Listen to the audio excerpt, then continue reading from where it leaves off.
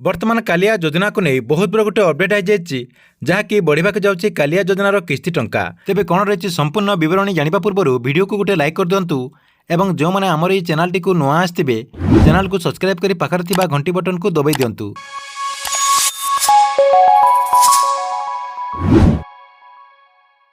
ଆପଣମାନେ ସମସ୍ତେ ଜାଣିଛନ୍ତି ଯେ ଏବେ କାଳିଆ ଯୋଜନା ଟଙ୍କା ଦୁଇଟା କିସ୍ତିରେ ଦିଆଯାଉଛି, ଯାହାକି ପ୍ରଥମ କିସ୍ତି ରହିଛି ଆପଣଙ୍କର ଅକ୍ଷୟ ତୃତୀୟାରେ ଏବଂ ଦ୍ୱିତୀୟ କିସ୍ତି ରହିଛି ନୂଆଖାଇରେ। ଏବେ କିନ୍ତୁ ରାଜ୍ୟ ସରକାର ଏହାକୁ ପରିବର୍ତ୍ତନ କରିଛନ୍ତି। ଏଥର ରାଜ୍ୟ ସରକାର ଚାଷୀ ଭାଇମାନଙ୍କୁ ଯେକୌଣସି ସମୟରେ କାଳିଆ ଯୋଜନା ଟଙ୍କା ଦେଇପାରନ୍ତି। ଏନେଇ ରାଜ୍ୟ କ୍ୟାବିନେଟ୍ ବୈଠକରେ ସରକାର ନିଷ୍ପତ୍ତି ନେଇଛନ୍ତି। ତା ସହିତ ଦେଖନ୍ତୁ ଆପଣମାନଙ୍କୁ ଯେଉଁ ଏପ୍ରିଲ 1 ତାରିଖରେ କାଳିଆ ଯୋଜନା ଯେଉଁ ପରବର୍ତ୍ତୀ କିସ୍ତି ଟଙ୍କା ମିଳିବାକୁ ଥିଲା ଆପଣମାନେ ଆଉ ପାଇପାରିବେ ନାହିଁ। ଆଗକୁ ଯେଉଁ ସାଧାରଣ ନିର୍ବାଚନ ରହିଛି ସେଥିପାଇଁ ସରକାରଙ୍କ ତରଫରୁ ନିର୍ବାଚନ ପୂର୍ବରୁ ଏହି କାଳିଆ ଯୋଜନା ଟଙ୍କା ଦେଇପାରନ୍ତି ବୋଲି ସୂଚନା ମିଳିଛି। ଏବଂ ଏଥର ଆପଣମାନଙ୍କୁ ଦୁଇଟା କିସ୍ତିରେ ଟଙ୍କା ସରକାରଙ୍କ ତରଫରୁ ଏକା ସାଙ୍ଗକୁ 4,000 ଟଙ୍କା ଦେଇପାରନ୍ତି ବୋଲି ଆଶା କରାଯାଉଛି। ଯଦି ଏହି ଟଙ୍କା ଆପଣମାନଙ୍କୁ ଦିଆଯାଏ ତାହେଲେ ଆପଣମାନଙ୍କୁ ମାର୍ଚ୍ଚ ମାସର ପ୍ରଥମ ସପ୍ତାହରେ ଦେବାର ସମ୍ଭାବନା ରହିଛି। ତାହେଲେ ଦେଖନ୍ତୁ ଯେଉଁମାନେ କାଳିଆ ଯୋଜନା ଟଙ୍କା ଆଗରୁ ପାଉଛନ୍ତି କିମ୍ବା ଯେଉଁମାନେ ନୂଆ ଆବେଦନ କରିଛନ୍ତି କିମ୍ବା ଯେଉଁମାନେ ଗ୍ରିଭାନ୍ସ ଦେଇଛନ୍ତି ସେମାନେ କ'ଣ କରିବେ, ଆପଣଙ୍କର ଯେଉଁ ଟାଟସ୍ ରହିଛି ସେହି ଟାଟସ୍ଟିକୁ ଆପଣ ଚେକ୍ କରିଦିଅନ୍ତୁ। ଆପଣଙ୍କର ଯେଉଁ ଟୋକନ୍ ନମ୍ବର ରହିଛି ସେହି ଟୋକନ୍ ନମ୍ବର ଦେଇକି ଆପଣ ଆପଣଙ୍କର ଟାଟସ୍ଟିକୁ ଚେକ୍ କରିଦିଅନ୍ତୁ। ଆପଣଙ୍କର ଟାଟସ୍ରେ ସବୁକିଛି ଠିକ୍ଠାକ୍ ଅଛି କି ନାହିଁ ଆପଣ ଆଉ ଥରେ ଚେକ୍ କରିଦିଅନ୍ତୁ। ଚେକ୍ କରିଦେଲା ପରେ ଦେଖନ୍ତୁ ଆଉ ଗୋଟେ କ'ଣ କରିବେ, ଇ-କେ-ୱାଇ-ସି ପ୍ରୋସେସଟିକୁ ଆପଣ କମ୍ପ୍ଲିଟ୍ କରିଦିଅନ୍ତୁ। ଇ-କେ-ୱାଇ-ସି ପ୍ରୋସେସଟିକୁ ଆପଣଙ୍କୁ କମ୍ପ୍ଲିଟ୍ କରିବାକୁ ପଡ଼ିବ। ଦେଖନ୍ତୁ ଏ ଦୁଇଟା କରିଦେଲା ପରେ ନେକ୍ସଟ ଆପଣ କ'ଣ କରିବେ, ଆପଣଙ୍କର ଯେଉଁ କାଳିଆ ଯୋଜନାର ନୂଆ ଲିଷ୍ଟ ରହିଛି সেই লিষ্টରେ ଆପଣଙ୍କ ନାଁ ଅଛି କି ନାହିଁ ଆପଣ ଚେକ୍ କରିଦିଅନ୍ତୁ। ଆପଣମାନେ କେମିତି ଚେକ୍ କରିପାରିବେ ଦେଖନ୍ତୁ ଆପଣ କ'ଣ କରିବେ, এই ଭିଡ଼ିଓରେ ମୁଁ ଗୋଟେ ଲିଙ୍କ୍ ଦେଇଦେଇଛି, ସେଇଠି ଆପଣ କ୍ଲିକ୍ କରିକି এই ପେଜ୍ଟିକୁ ରିଡାଇରେକ୍ଟ ଆସିପାରିବେ।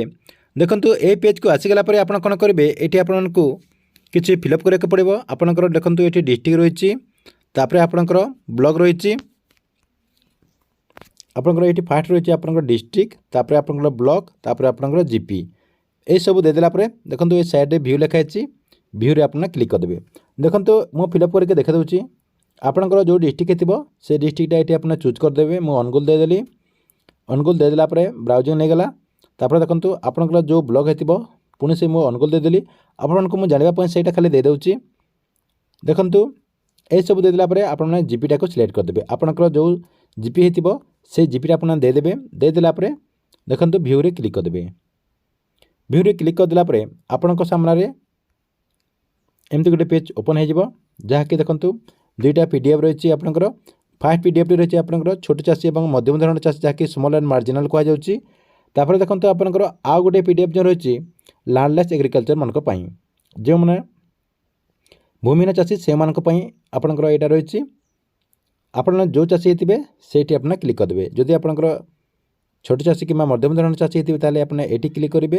ଯେଉଁମାନେ ଭୂମିହୀନ ହୋଇଥିବେ ସେଇଠି କ୍ଲିକ୍ କରିବେ। ସେଇଠି କ୍ଲିକ୍ କରିଦେଲା ପରେ ଆପଣଙ୍କ ସାମ୍ନାରେ ପୁରା PDF ଆସିଯିବ। ଆପଣ ସେଇଠି ଆପଣଙ୍କ ନାଁ ଅଛି କି ନାହିଁ ଆପଣ ଚେକ୍ କରିପାରିବେ। ଠିକ୍ ଅଛି, ଆପଣ ଏହି ପ୍ରୋସେସ୍ରେ ଆପଣଙ୍କର ଯେଉଁ କାଳିଆ ଯୋଜନାର ଯେଉଁ ନୂଆ ଲିଷ୍ଟ ରହିଛି ସେ ନୂଆ ଲିଷ୍ଟକୁ ଆପଣ ଚେକ୍ କରିଦିଅନ୍ତୁ। ଠିକ୍ ଅଛି, ଏଥିରେ ଆପଣଙ୍କ ପାଇଁ କାଳିଆ ଯୋଜନାକୁ ନେଇ ବହୁତ ବଡ଼ ଗୋଟେ ଅପଡେଟ୍। ଆପଣମାନଙ୍କୁ ଭିଡ଼ିଓ କେମିତି ଲାଗିଲା କମେଣ୍ଟ ବକ୍ସରେ ନିଶ୍ଚୟ ଗୋଟେ କମେଣ୍ଟ କରନ୍ତୁ ଏବଂ ଗଭର୍ଣ୍ଣମେଣ୍ଟର ଯେକୌଣସି ନୂଆ ଯୋଜନାର ଅପଡେଟ୍ ଜାଣିବା ପାଇଁ ଆପଣମାନେ ଏହି ଚ୍ୟାନେଲଟିକୁ ରେଗୁଲାର ଦେଖୁଥାନ୍ତୁ।